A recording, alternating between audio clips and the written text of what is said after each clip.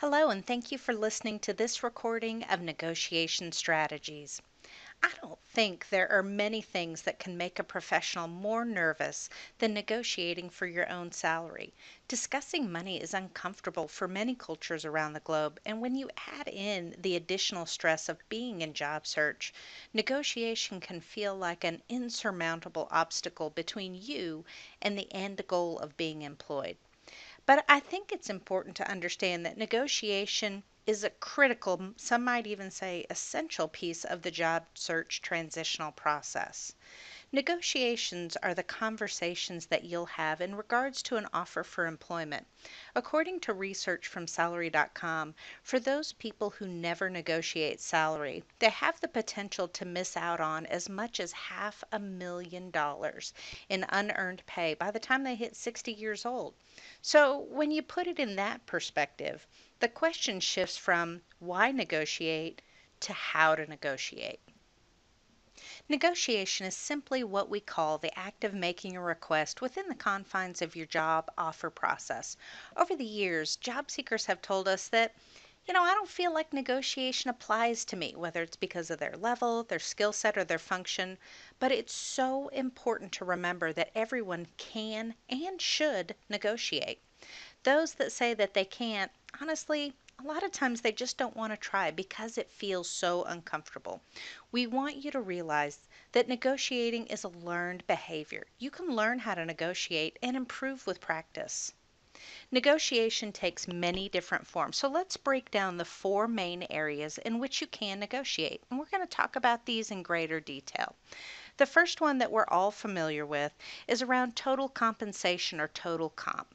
Total comp simply refers to the base salary or hourly rate that you'll be offered plus any additional financial perks such as an annual bonus, stock offerings, sign on bonuses, or even performance bonuses. Most companies have a specific range established for each role in terms of the base rate plus additional financial components. This is an area where companies can easily offer you more funds, but more often than not, they're going to rely on you to ask before they'll offer it. Benefits coverage is another area where job candidates can negotiate. While medical coverage may not be easily negotiable, you should consider benefits as a whole, which can include things like discounts, company provided cars or technology, time off. For example, to a hiring manager, offering you an additional week of vacation might feel like an easy request to approve, as it's not always perceived as a direct impact to that manager's budget. Position title or level is another area that many job seekers overlook, but think of it this way. If the hiring authority is telling you that the max salary for a manager in that position is X, can she bring you in as a director instead, giving you more financial growth opportunity? But what about other perks? Perhaps the company has offered all they can financially, but maybe there are a number of other perks that would make a role more desirable. Can you work from home a certain number of days per month? Can you keep an alternate schedule in the summer so you can be home with your kids more? Can you work split shifts so you can get errands done during the day? Sometimes it's these perks that help us make the most of an opportunity, and sometimes it's even more than that hourly rate. Remember, your chance of getting an offer begins at the very start of the interview process. The employer makes an immediate judgment about you from the very first handshake. So set the stage. You should be in interview performance mode, and your goal is to sell yourself through the interview so that you can get an offer. And then later, through negotiation, you can make the offer better, which means that the pre work for the negotiation starts at the beginning of the interview process. But this doesn't mean that you should be discussing salary and benefits early on in the process. Many experts believe that he who quotes a dollar figure first loses, and there's some truth to that. So focus on delaying your formal negotiation until after you've convinced the company that you are the best candidate. You have to wait to get an offer first before you start the active negotiation process. But you definitely need to have a prepared strategy. It's so important to have a clear understanding of the responsibilities and expectations before negotiating. Keep in mind what gives you value to the employer. At this stage, the offer process feels intensely personal, but the employer is still focused on what you can do for them. So, in consideration of that, ensure that you've confirmed your understanding of the role, its scope, the offer, and all it entails, but also your position. So, let's go through these in a little bit more detail. Confirming the role itself, although the position has probably been defined at the beginning of the interview, think back to whether you were able to identify problems that currently exist for this organization and then show them how you can handle those. By doing that, you may be able to turn the job into something more with a higher salary than originally intended. Maybe you interviewed with more than one person and many future opportunities for your contributions have been discussed. And that may include some aspect that would include a bonus for you. Then work to confirm your understanding of the offer. Detail out the specifics of the offer as you know them. If you've taken notes through the interview process, you may have more clarity on this. Have you received anything in writing? If not, are you completely clear that an offer was made? We've heard countless stories of job seekers who made decisions based on comments like, I'm hoping to make you an offer, or I think we'll be able to make you an offer later this week, just to find out that the company changed its mind at the last minute. Make sure it's a firm offer before going too far into this process. And then finally, work to confirm your understanding of your position. And let me be clear here, I do not mean the position that you'll hold in the company. I mean your position of power as a desired candidate for this role. Were you pursued heavily by the employer and worked quickly through the interview process? If so, you might be safe to assume that you're in a strong position of power to negotiate. But conversely, if the interview process plodded along, taking weeks upon weeks, maybe even months, you might be safe to assume that while the company is interested enough to make you an offer, they may not see you as a make or break candidate for their organization. In that case, while you should still negotiate, you want to be careful not to push too hard or too far if there's any chance that they could rescind or take back the offer. So your offer meeting or conversation is planned, and that's exciting. Whenever possible, we do recommend that this conversation happen in person or at least via phone instead of via email or voicemails. But our advice applies in all cases. So, specifically regarding compensation, are you clear about what dollar figure you want to request? Remember, negotiation is simply you making a request. So, do your research on sites like payscale.com or salary.com so that you understand what your worth is in the marketplace and be prepared to make a reasonable financial counteroffer. Consider how you'll respond to any pushback. Have a friend role play with you or use Impact Group's virtual interviewing tool to help you understand how your response may sound. If you'd like a substantial increase over the initial offer, you need to be prepared and use examples of your accomplishments that prove your value, not merely your experience in the past. And speaking of the past salary shouldn't be a factor. Make it clear that you're worth more, not that you need more. Don't emphasize the things that the employer does not value. Use those PARs. Depending on your salary range, it may benefit you to break down the additional request in smaller increments. You want this much more per week, per day, or even do it within a graduated increase period.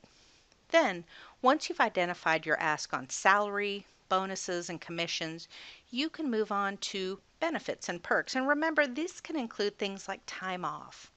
The perks can bring the offer closer to the figure you had in mind, so don't discount the offer completely until everything has been put on the table. And take some time to develop alternatives if your needs aren't met.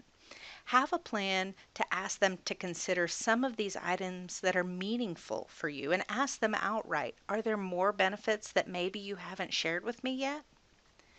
Discuss position title only if appropriate. If you've been working as an individual contributor and have no experience or skill to move into leadership, pushing them to promote you simply to get a higher financial offer has the potential of showing an employer that maybe you struggle with self assessment. So use this wisely.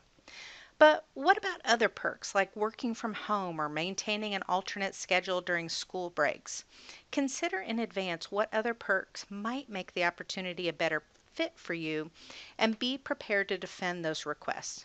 But do limit your request to those that make sense for the business. Be prepared to be firm in areas that are critical to you and really identify what are the deal breakers to you. If you can't get movement on one or all of those items, are you prepared to decline the offer? Take some time and consider this. So, this is it. You're in the meeting. This is the conversation you've been waiting for, but maybe also dreading, right? Remember, negotiation is simply a conversation and hopefully an exchange of information, much like the interview process. So take a deep breath and remember a few key things. As you go through the list of items you'd like to negotiate, start with your key needs. Your goal is to be confident and assertive, but not aggressive. We all know the stories of job seekers who handled negotiation as a hostage situation, and they lost the offer as a result. No job offer is a sure thing, so remember that these are people you'll be working with and keep things friendly and professional. In working through your key needs, stay attuned to the responses and behavior of your contact. If you don't sense any movement at all on his or her part, consider closing the conversation with a thank you and a promise to consider the offer as is. It is okay to ask the employer if they consider something and then get back to you with an answer. If you don't come to a complete agreement, discuss the next steps, thank them for their interest, and reconfirm your interest. But have a firm plan about when you'll speak again and suggest a day and a time if necessary. If possible, ask to meet with a decision maker. That's the person that you can most influence. You'll sell yourself better in person rather than going through an intermediary like human resources or recruiter. Remember what we said before that the pre work for negotiation starts in the interview process. So while we cover this in greater detail in our interview series on My Impact, it's important enough to restate here. Try and avoid being the person to give your desired salary first. If you're asked the question of, what do you want to make in the interview process? Respond to that with a question. Something as simple as, that's a great question, and I'm not sure I understand the role enough to give you an informed answer. Can you share with me what your budgeted range is for the position? As you execute on the negotiation conversation, remember that you may be speaking with someone who's just as uncomfortable as you are, or you may be speaking with a master negotiator. Either way, let the silence be your friend. That is, money conversations are bound to be a little uncomfortable, so don't feel compelled to fill the silence with more information than necessary. It's okay to let silence speak for you within reason. So, what happens if you do everything right and the offer is rescinded anyway? While this isn't a common occurrence, it can happen, so you need to prepare yourself for this possibility. Failing to negotiate isn't a reasonable strategy to prevent this from happening. Let's face it, offers are rescinded every day for things that have nothing to do with your salary. Maybe the company lost budget approval, maybe sales are down, an internal candidate popped up, or a background check issue came up. Whatever the issue might be, you need to be prepared for this as a possibility until day one of the new job. So keep your job search active until you start your new job. That may seem so frustrating when you're ready for the search to end, but keeping your options open is a wise decision. Not to mention, an offer late in the game, it could give you a little bit more bargaining authority with the first employer. It's always great to have multiple offers to consider. So, we've covered a lot during this recording, but I want to leave you with one final yet simple piece of wisdom gained from years of experience coaching individuals to see the clear path forward. Do not accept on the spot. It is always acceptable to ask for time to consider the offer, whether the company wants to give you a few hours or a few weeks. Take yourself out of the excitement of the offer conversation and take some time to consider what this offer means for you. Thank you for making the time to learn more about planning for and executing on a strong negotiation strategy. We wish you the best as you move your career forward. Take care.